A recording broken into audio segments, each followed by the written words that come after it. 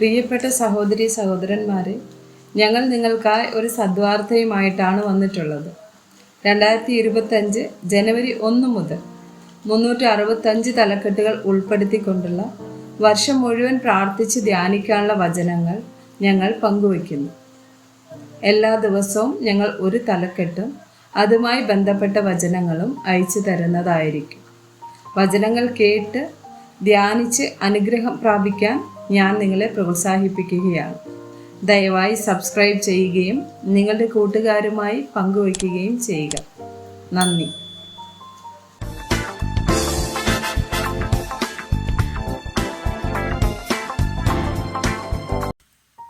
ദിവസം 173. സത്യസന്ധത. സങ്കീർത്തനം 24, 3 മുതൽ 5 വരെയുള്ള വചനങ്ങൾ. യഹോവയുടെ പർവ്വതത്തിൽ ആര് കയറും? അവൻ്റെ വിശുദ്ധ സ്ഥലത്ത് ആര് നിൽക്കും? വെടിപ്പുള്ള കൈയും നിർമ്മല ഹൃദയവും ഉള്ളവൻ, വ്യാജത്തിന് മനസ്സ് വയ്ക്കാതെയും കള്ളസത്യം ചെയ്യാതെയും ഇരിക്കുന്നവൻ.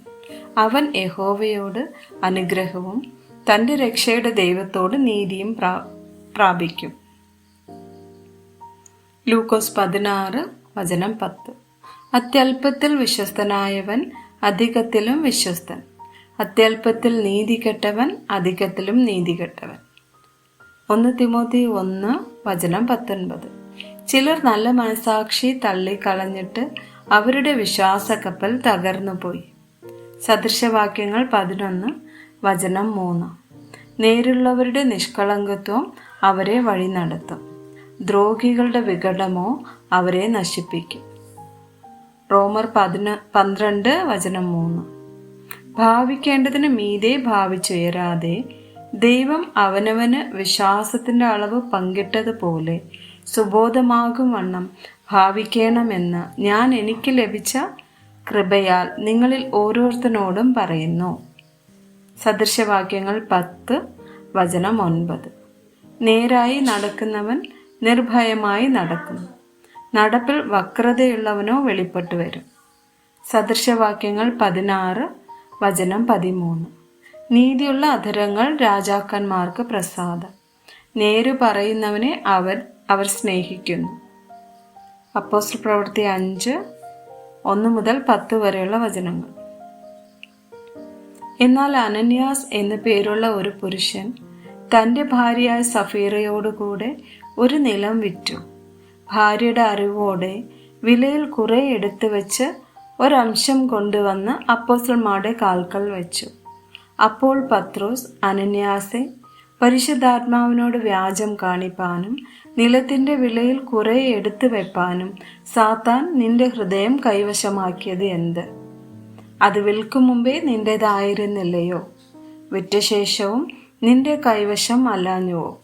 ഈ കാര്യത്തിന് നീ മനസ്സ് വെച്ചത് എന്ത്? മനുഷ്യരോടല്ല ദൈവത്തോടത്രേ നീ വ്യാജം കാണിച്ചത് എന്ന് പറഞ്ഞു. ഈ വാക്ക് കേട്ടിട്ട് അനന്യാസ് വീണ് പ്രാണനെ വിട്ടു. ഇത് കേട്ടവർക്ക് എല്ലാവർക്കും മഹാഭയമുണ്ടായി. ബാല്യക്കാർ എഴുന്നേറ്റ് അവനെ ശീല പൊതിഞ്ഞ് പുറത്തു കൊണ്ടുപോയി കുഴിച്ചിട്ടു. ഏകദേശം 3 മണി നേരം കഴിഞ്ഞപ്പോൾ അവൻ്റെ ഭാര്യ ഈ സംഭവിച്ചതൊന്നും അറിയാതെ അകത്ത് വന്നു. പത്രോസ് അവളോട്, ഇത്രയ്ക്കോ നിങ്ങൾ നിലം വിറ്റത്? പറയുക എന്ന് പറഞ്ഞു. അതെ, ഇത്രയ്ക്ക് തന്നെ എന്ന് അവൾ പറഞ്ഞു. പത്രോസ് അവളോട്, കർത്താവിൻ്റെ ആത്മാവിനെ പരീക്ഷിപ്പാൻ നിങ്ങൾ തമ്മിൽ ഒത്തത് എന്ത്? ഇതാ, നിന്റെ ഭർത്താവിനെ കുഴിച്ചിട്ടവരുടെ കാൽ വാതിൽക്കലുണ്ട്, അവർ നിന്നെയും പുറത്തു കൊണ്ടുപോകും എന്ന് പറഞ്ഞു. ഉടനെ അവൾ അവൻ്റെ കാൽക്കൽ വീണ് പ്രാണനെ വിട്ടു. ബാല്യക്കാർ അകത്ത് വന്ന് അവൾ മരിച്ചു എന്ന് കണ്ട് പുറത്തു കൊണ്ടുപോയി ഭർത്താവിൻ്റെ അരികെ കുഴിച്ചിട്ടു. ആമേൻ.